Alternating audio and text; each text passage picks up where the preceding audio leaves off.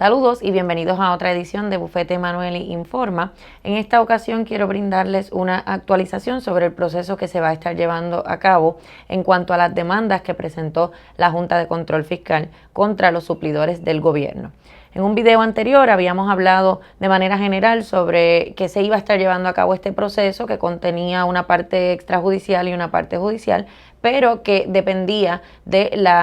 que la jueza Laura Taylor Swain emitiera una orden aprobando el proceso. Esa orden ya fue emitida por la jueza y en efecto el proceso contempla 4 fases. La primera fase es un proceso de intercambio de información en el cual tanto la Junta como la parte demandada estarían intercambiando documentos y otra información que tengan relevante a el caso, como podrían ser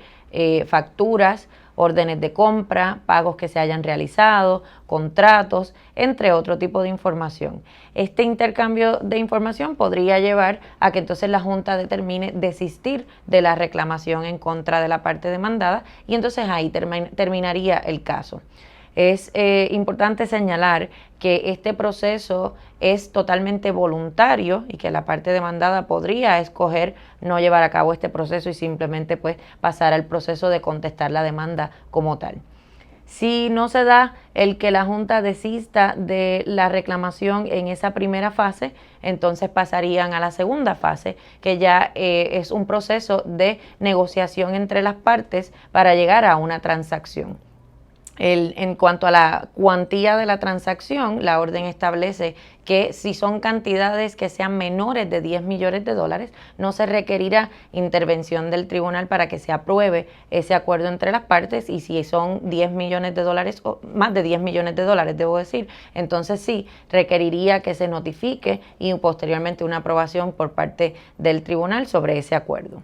Si no pueden llegar a un acuerdo, entonces pasarían a la tercera fase, en la cual se establece un proceso de mediación. Las partes estarían entonces escogiendo quién sería el mediador, y si no pudieran ponerse de acuerdo en cuanto a quién sería el mediador, pues escogería de la lista de mediadores certificados que tiene el Tribunal Supremo de Puerto Rico. Ahí al menos tiene que llevarse a cabo una reunión con el mediador o mediadora, y eventualmente va a depender de la particularidad del caso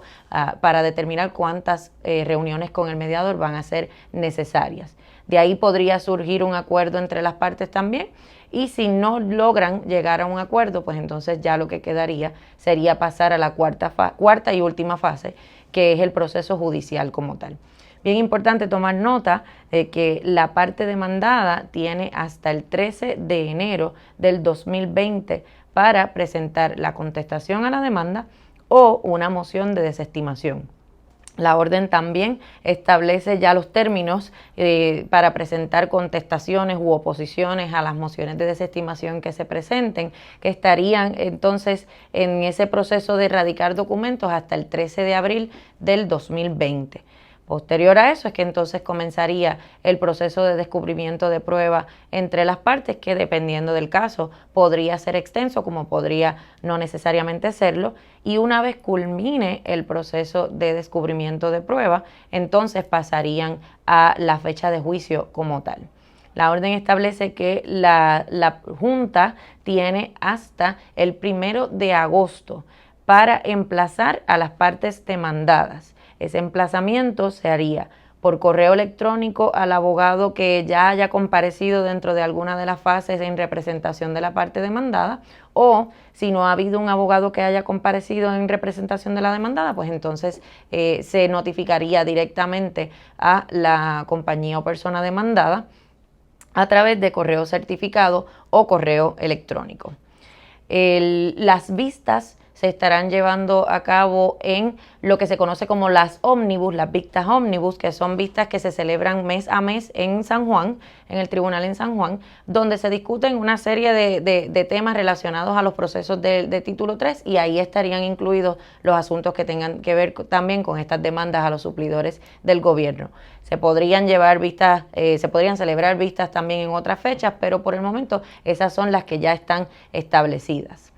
Bien importante que aquellas compañías o personas que hayan sido demandadas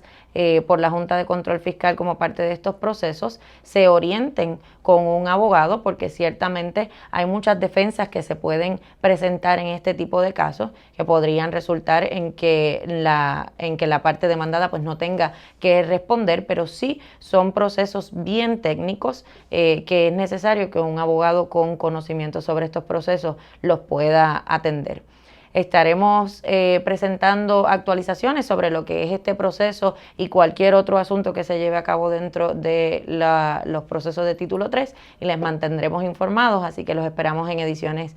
siguientes de Bufete Emanueli Informa.